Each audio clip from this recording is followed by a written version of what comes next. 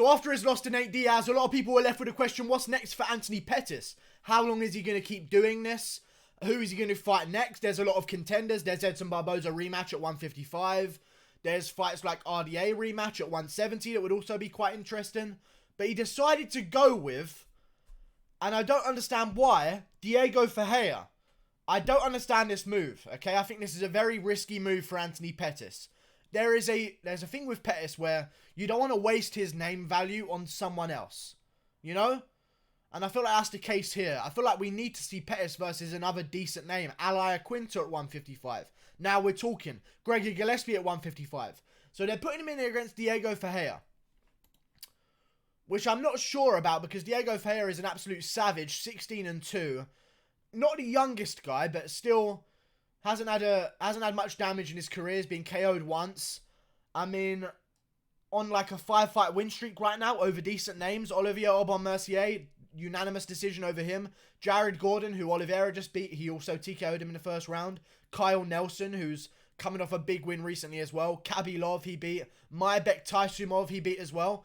The list goes on, and I think this is a dangerous fight for Pettis. However, I kind of like this sign from Pettis that we're seeing here.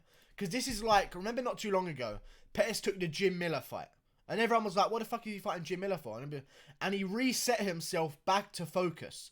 And the fact that he's not sitting around asking for the biggest names and having a sulk and saying, oh, I want this guy, I want this guy, I want guys ranked above me and all this, shows that he's willing to go right back to the drawing board, take on a young, hungry up-and-comer, and then get right back to work.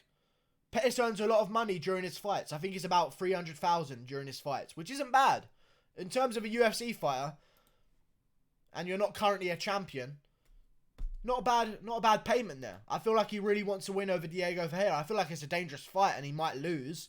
However, Diego Ferreira's finishing rate isn't very high, and he hasn't fought a level of opponent that Anthony Pettis is or has fought himself.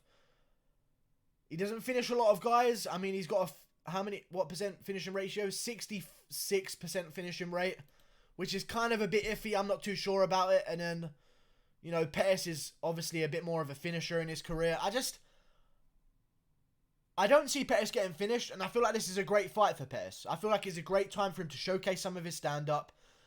He's going back down to 155, which I like somewhat, and this is on, what fight night is this on?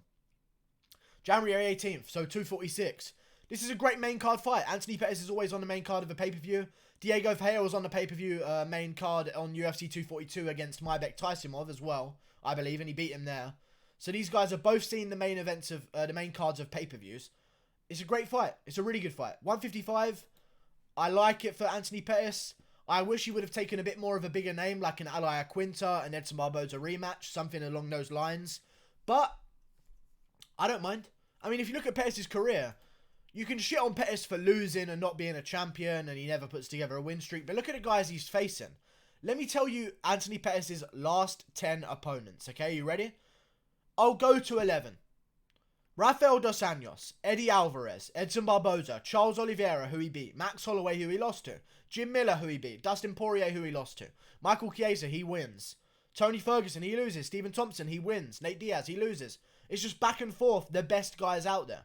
I don't think he's fought an unranked opponent since Jim Miller, which is crazy. And I feel like he might have to come out here with something to prove. I like him at 155 as much as I liked his move to 170.